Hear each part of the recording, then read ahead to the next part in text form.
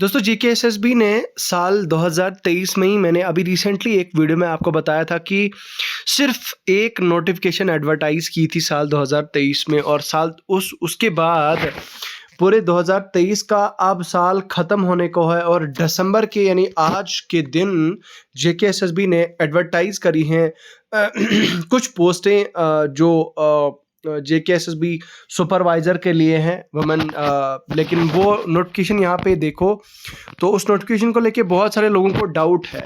उनका डाउट मैं जो है वो आज की इस वीडियो में क्लियर करना चाहूँगा। यहाँ पे आप देख सकते हैं ये पीडीएफ हमारे टेलीग्राम चैनल पे हमने शेयर कर दिया, तो भाई अगर आप चाहते हैं तो आप हमारे टेलीग्राम चैनल पे आके ये पीडीएफ जो है वो यहाँ से एक्सेस कर सकते हैं, देख सकते हैं और टेलीग्राम चैनल का लिंक आपको वीडियो के डिस्क्रिप्शन में मिल जाएगा। वहाँ से आके आप डायरेक्ट जो है वो हमारे टेलीग्राम चैनल को ज्वाइन कर सकते हैं, ठीक है। तो चलिए सीधा स्ट्रेट फॉरवर्ड अब बात करते हैं आपके आज की इस वीडियो की तरफ और डिस्कस करते हैं। देखिए दोस्तों, यहाँ पे अगर आप देखेंगे तो यहाँ पे मैंने जो पीडीएफ आपके साथ शेयर किया हुआ है, तो इसको ज़रा एक बार ओपन करते हैं। यहाँ पे आप देख सकते हैं ये है, एक सेकेंड भाई, ओपन क्यों नहीं हो रहा है ये? हाँ, तो भाई साहब ये देख सकते हैं आप ये नोटिफिकेशन आज यहाँ पे जेकेएसएसबी ने 8 दिसंबर को शेयर किया हुआ है हमारे साथ। और ये देख सकते हैं आप, इन्होंने इनको सोशल वेलफेयर, असल में ये जो सोशल वेलफेयर डिपार्टमेंट है, सोशल वेलफेयर डिपार्टमेंट की ये जो है वो पोस्टें हैं और टोटल जो वैकेंसीज़ हैं वो 201 हैं, यानी कि 201 वैकेंसीज़ टोटल हैं आपके जो सोशल वेलफेयर डिपार्टमेंट है उसमें सुपरवाइज़र की। अगर ऑनलाइन एप्लीकेशन फॉर्म्स की बात करें तो भाई आपके ऑनलाइन एप्लीकेशन फॉर्म्स जो है वो 15 दिसंबर को स्टार्ट हो जाएंगे, यानी ठीक एक हफ्ते के बाद आपके ऑनलाइन एप्लीकेशन फॉर्म शुरू हो जाएंगे और 14 जनवरी 2024 को जो है वो इसकी लास्ट डेट हो जाएगी। उसके अलावा दोस्तों जो आपकी टोटल पोस्टें हैं वो 201 हैं और जो जैसा कि मैंने आपको ऑलरेडी कहा ये सिर्फ फीमेल्स के लिए है, ठीक है। तो आपका जो है वो डोमिसाइल होना चाहिए जेएंडके का। वैकेंसीज आप नीचे को बता दूंगा मैं आपको। ओपन मेरिट का एज लिमिट क्या है, डेट ऑफ बर्थ क्या से क्या होनी चाहिए, बाकी ईडब्ल्यूएस और पीएसपी और फिजिकली चैलेंज पर्सन, ये सारी चीज़ें आप यहाँ पे देख सकते हैं।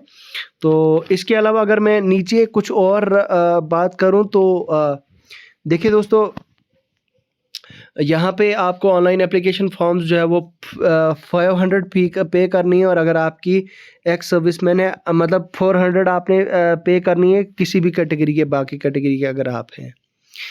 अब यहाँ पे एग्ज़ाम आपका होगा भाई 0.25 नेगेटिव मार्किंग जैसे जेकेएसएसबी का है।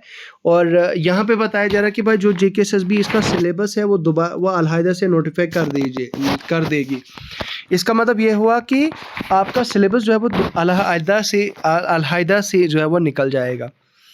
उसके बाद नीचे चलें तो यहाँ पे आप देख सकते हैं डॉक्यूमेंट वेरिफिकेशन, खैर ये तो बाद की बात है। यहाँ पे जो इम्पॉर्टेंट चीज़ है वो डिस्कस करते हैं।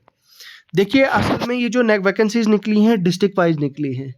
अब कैंडिडेट्स को सबसे मन में बड़ा डाउट ये है कि भाई क्या एक बंदा दूसरे डिस्ट्रिक्ट में अप्लाई कर सकता है? बिल्कुल कर सकता है, 100% कर सकता है, लेकिन उसको ये चीज़ माइंड में बिठानी है। फॉर एग्जांपल अगर कोई मान लो एससी कैटेगरी की कोई लड़की है जम्मू की, मेरी बात ध्यान से सुनना, एससी कैटेगरी की कोई लड़की है जम्मू से और वो अप्लाई करती है डिस्ट्रिक्ट कुपवाड़ा के लिए।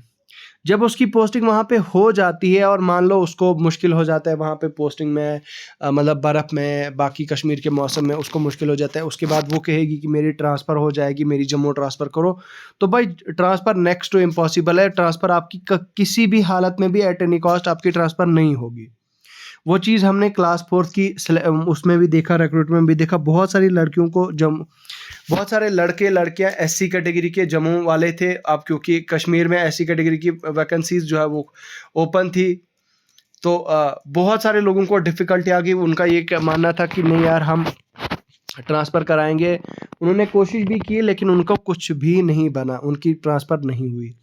तो कहने का मतलब ये है कि सिर्फ अप्लाई भी नहीं करना है भाई, आप जो है वो अगर आप जाओगे, अगर आपके घर वाले आपको अलो करेंगे, दूसरे आपको डिस्ट्रिक्ट में जाना है, वहीं पे बैठना है, वहीं पे जॉब करनी है, फिर जॉब जब तक रहेगी उसके बाद फिर बाद में मुझे लगता है 4-5-6 साल के बाद हो सकता है इसका कोई समाधान निकले। बट फ़िलहाल के लिए तो आपके जो जिस डिस्ट्रिक्ट में आप शॉर्टलिस्ट होंगे उस डिस्ट्रिक्ट में ही आपको जॉब करनी है।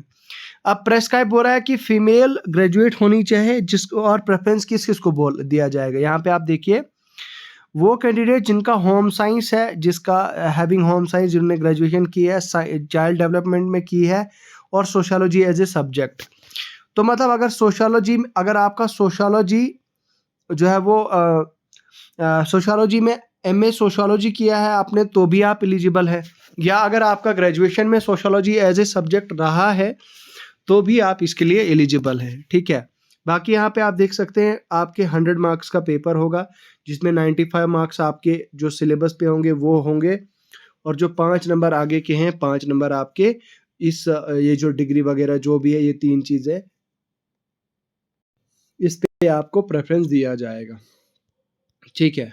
तो ये है यहाँ पे। बाकी डिस्ट्रिक्ट वाइज जो है वो सारी यहाँ पे डिस्ट्रिक्ट वाइज ब्रेकअप है, कैटेगरी वाइज ब्रेकअप है। तो टोटल 201 वैकेंसीज़ हैं, 101 ओपन में हैं। यहाँ पे बाकी ऐसे ओपन के अलावा फिर यहाँ पे बाकी कैटेगरीज में भी आप देख सकते हैं।